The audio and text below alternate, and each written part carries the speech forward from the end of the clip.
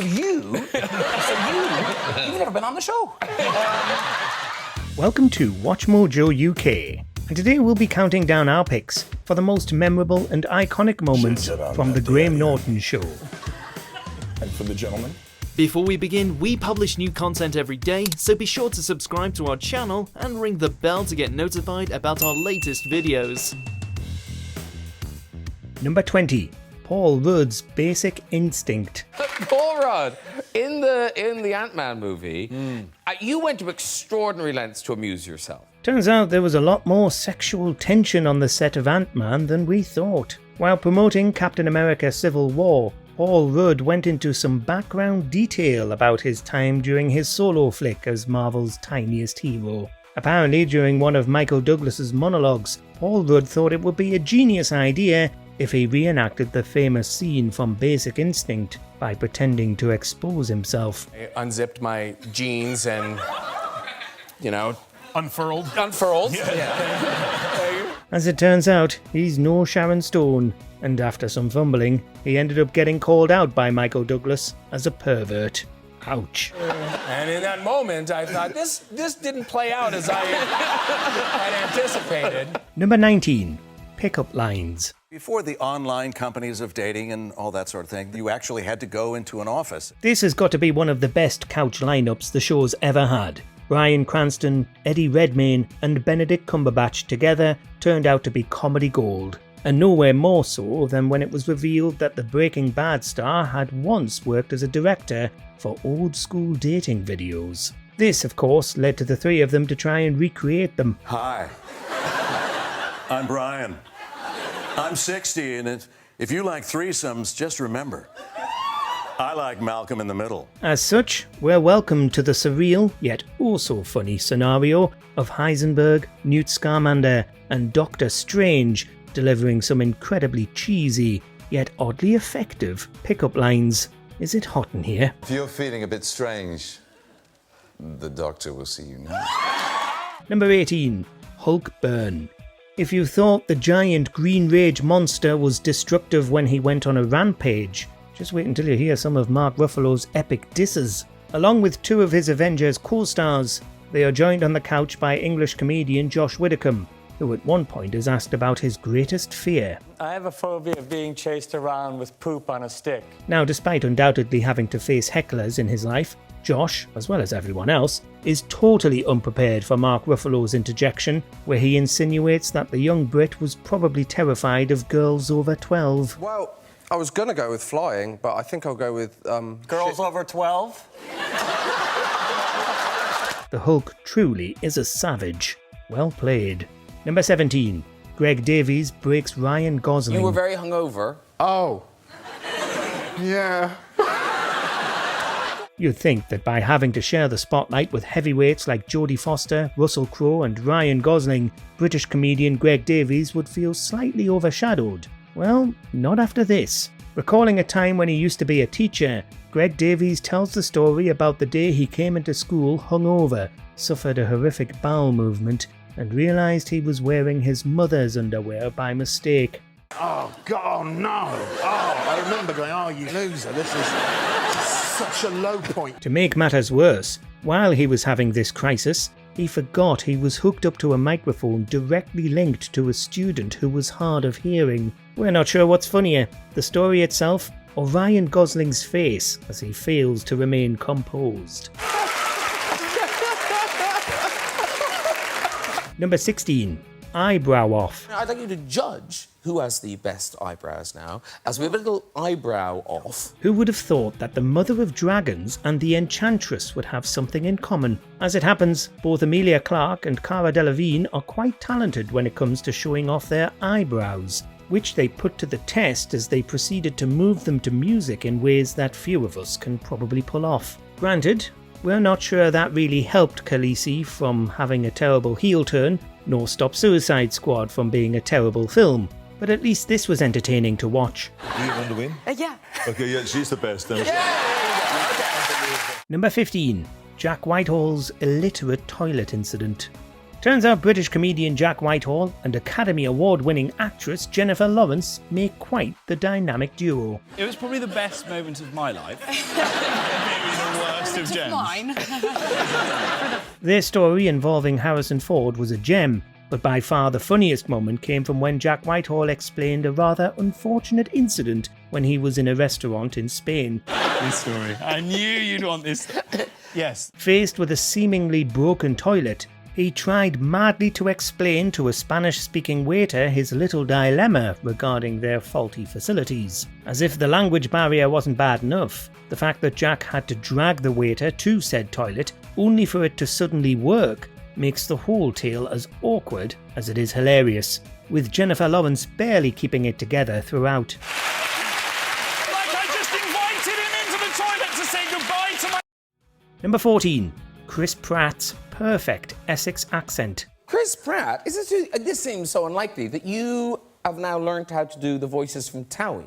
Yeah, sort of, yeah. Britain is home to a whole slew of varying accents that foreigners might find difficult to mimic. That's what made this moment all the more outlandishly amazing, when actor Chris Pratt revealed he had mastered the dialect associated with the county of Essex. As it turns out, he'd been exposed to the trashy TV show The Only Way is Essex while filming Guardians of the Galaxy in the UK, and after seeing so much of it, had actually managed to nail the accent. So it's like, honestly, I saw this guy. Given everyone's reactions, the authenticity of it was mind-blowing. Miss me? What am I, your mother? Number 13. Modelling. The other thing you share is quite short-lived careers in modelling. Oh, I thought you just said short-lived careers.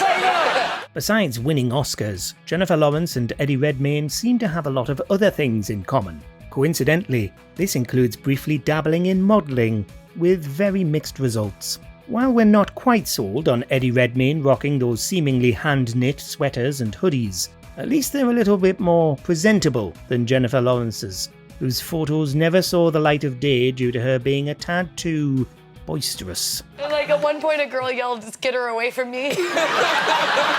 Oh well, a loss for the modelling industry is Graham Norton's gain. Number 12. Young Ryan Gosling's dance moves. We're going to focus on the early dancing career of Mr. Ryan Gosling. That makes sense, yeah. Everyone has to start somewhere.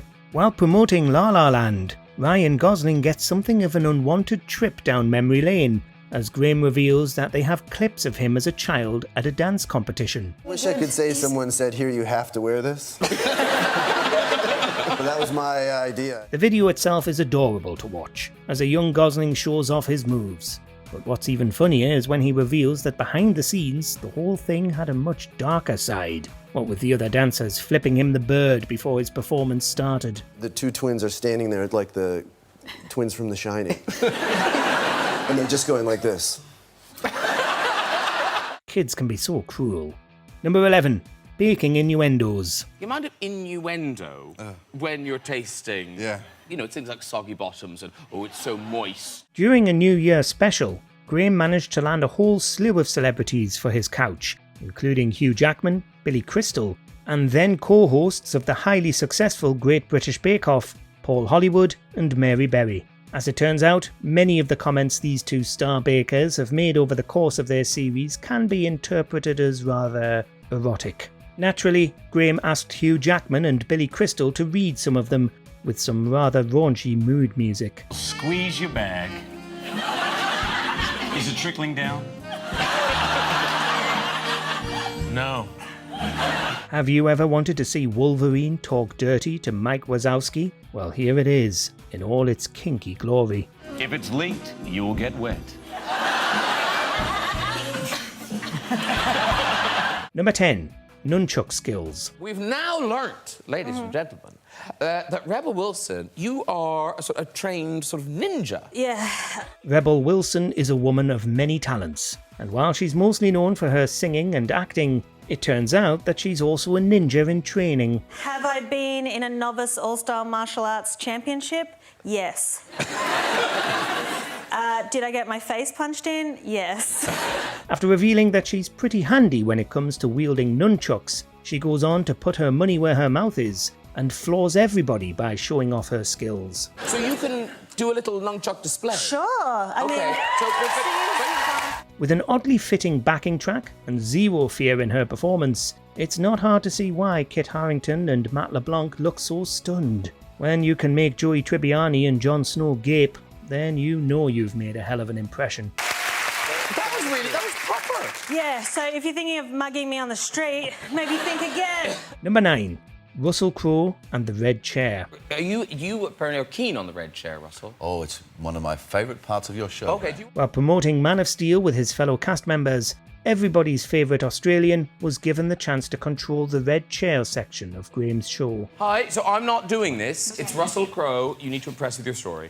And what's your name? Laura. The premise is rather simple. Audience members have to get a laugh with a story of theirs, but if they fail to do so, the host can pull a nearby lever and send them flying back in their seat. Russell, last year I went to a music festival down in Newquay. He's a New Zealander, is he? Yeah. Oh, New Zealander, yeah. I got really... Eager to take control, Graham hands over the reins to Crowe, who shows no mercy, and pretty soon bodies are sent flying. Can you walk? Oh, you can walk! You can walk! Walk! Are you not entertained? It's not like we're going to be unreasonable. Number 8. Hugh Bonneville and the Woolly Jumper.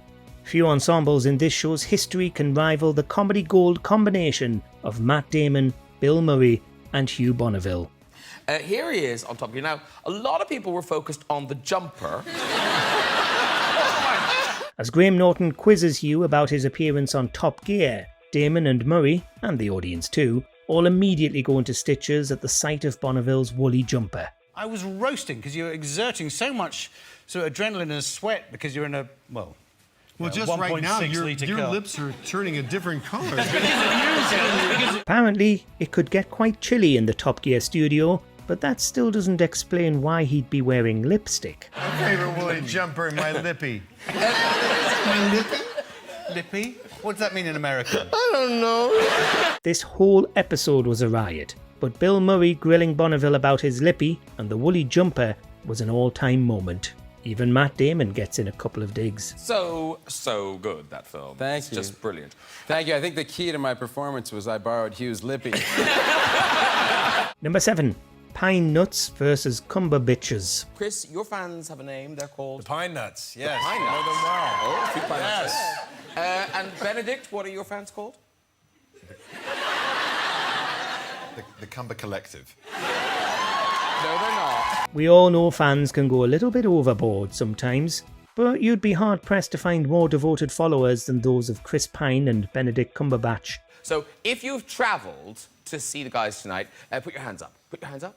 Oh, quite a few. While promoting Star Trek Into Darkness, 2 of Hollywood's biggest heartthrobs were asked about their fan bases. And not only did their hilarious nicknames come to light, it was also revealed that many fans were willing to travel great distances just to see the actors. Hi, I'm from Germany. Really? Did you come from Germany? I took a 20-hour bus to London.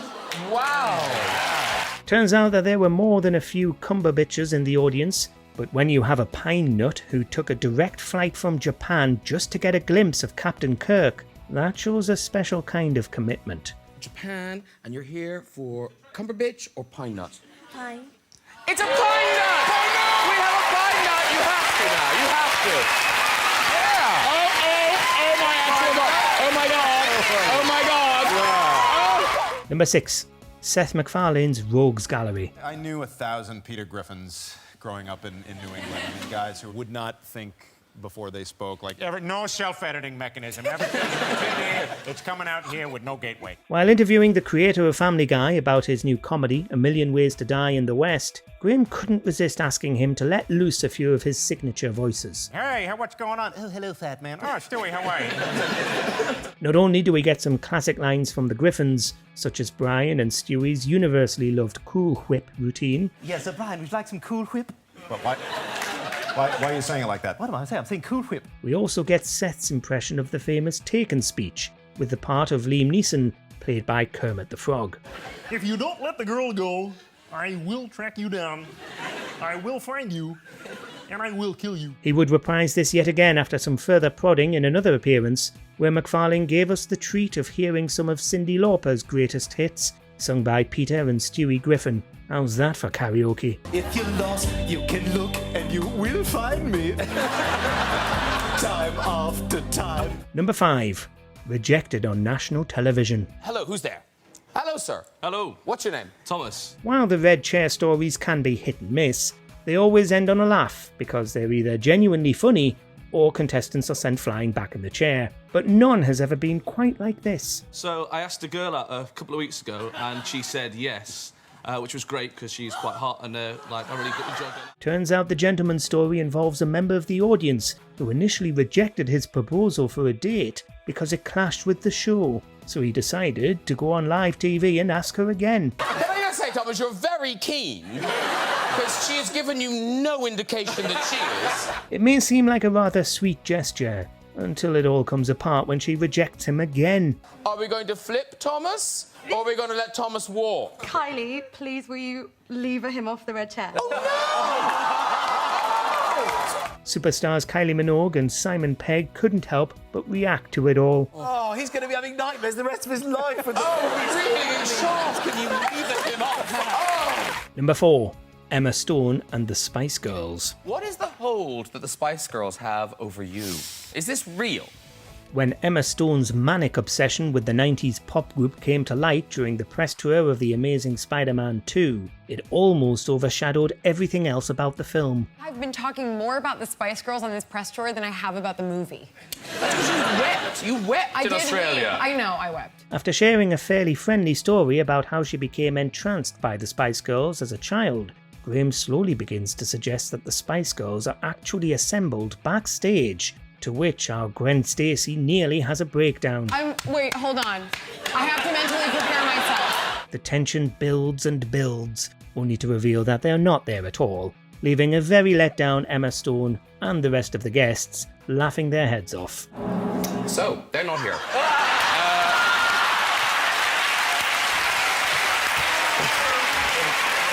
Number 3. Fresh Prince reunion. I've got some, mics. If you could, do you want to do a little bit of rapping? And make your After taking the internet by storm with his live rendition of the classic Fresh Prince of Bel-Air theme song, In West Philadelphia, born and raised on the playground where I spend most of my days. Will Smith decided to up the ante with his next appearance on The Graham Norton Show, bringing along his son Jaden, DJ Jazzy Jeff, and even Carlton himself, Alfonso Ribeiro.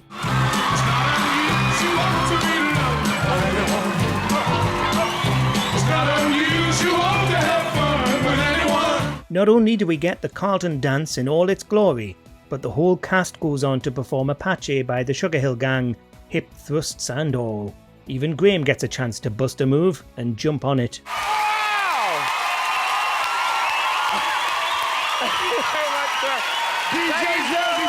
Number 2. The Fly. Oh my God, that's the biggest fly I've ever seen. Turns out when surprises occur on The Graham Norton Show, things don't get deterred, things get hysterical. When a fly invades the couch, if it landed here, what you do is you go, oh, get it over here. Because you put it there and you go. The combined might of Chris O'Dowd, Kristen Wiig, and Steve Carell tries to kill it, but it manages to escape, until a very unfortunate Chris O'Dowd accidentally chews it after it lands in his glass. Did you just drink the fly? Is it alive in your mouth? Oh my sweet God! We're not sure what's funnier, Kristen Wiig's jump scare, Steve Carell's killer instinct, or the look of horror on Chris O'Dowd's face. It may have been unexpected, but it left everyone in fits of laughter.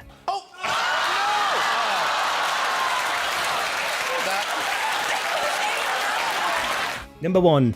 Miriam Margolyes. I honestly don't think I've ever been more uncomfortable in my life. Despite the fact that she appears prim and proper and is a veteran actor, this chat show favourite certainly has a naughty streak in her.